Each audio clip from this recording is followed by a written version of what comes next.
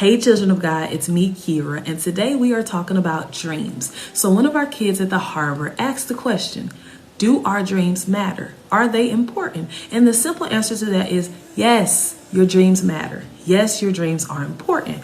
Why? Because God often speaks to us through dreams. So if you're dismissing your dreams as something like maybe you ate something bad last night, you may be missing out on an important message that the Lord is relaying to you. And we refer to Job chapter 33, starting with verse 14, that says, "For God speaks again and again, though people do not recognize it. He speaks in dreams, in visions of the night, when deep sleep falls on people as they lie in their beds. He whispers in their ears and terrifies them with warnings. He makes them turn from doing wrong. He keeps them from pride.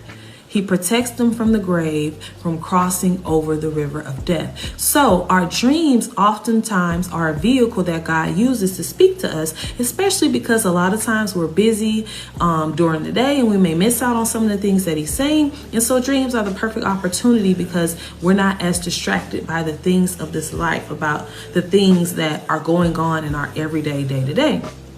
And also it says, he terrifies them with warnings. He makes them turn from doing wrong. So the Lord gives us warnings in dreams. He gives us instructions in dreams. He tells us things that we should or shouldn't do. He gives us information about who we are. So dreams are a very important place for us to speak to God and to hear from God. Now, keeping that in mind, remember dreams can come from other places as well. So we don't want to just assume every dream we have is from God. We got to test the spirits. That's what the word tells us anyway.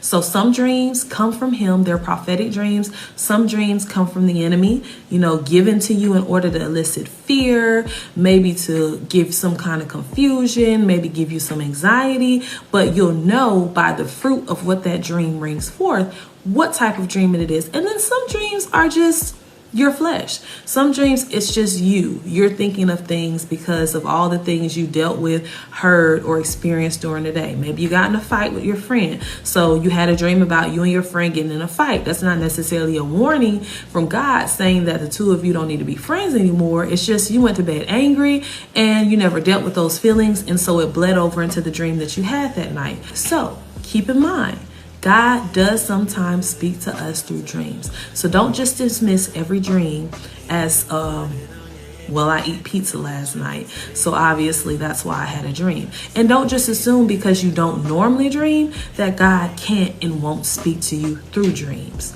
Not only that, but remember that dreams are also a place where we can learn things. One, what God is speaking to us. Two, the ways that the enemy moves. And three, what may or may not be something you need to deal with in your flesh. What may be an idol in your heart. So if the dream is from God, what is he showing you? What is he telling you? What is he teaching you? What is he warning you about? What is he encouraging you about? If it's a dream from the enemy, think about what they're doing, what they're using to attack you with. That gives you some insight into the way the enemy operates and what areas you may be weak in that the enemy is using in order to weaken you even more. And if it's from your flesh, what was the dream about? Maybe it's some unforgiveness you need to deal with. Maybe you have some type of anger that has been, rising up in you. Maybe there's an idol in your heart. Maybe you had a dream about that man or woman that goes to your church that you think is real cute, but it's not God saying that's your husband or your wife. It's not the enemy trying to deceive you that that's your husband or your wife, but it's just your flesh because they fine. And it'd be nice for them to be your husband or wife. So maybe that's a potential idol that you need to deal with and address. But either way, you can learn from your dreams, and dreams are important, so don't dismiss them. If you want even more information about your dreams, you should watch some sermons by Pastor Stephanie E.K. Okafor and also her book about dreams because they give more information. And then there's another book called The Divinity Code that also has a really helpful glossary of different symbols that you may see in dreams that will help you kind of understand what your dreams may mean when you're trying to interpret what they mean.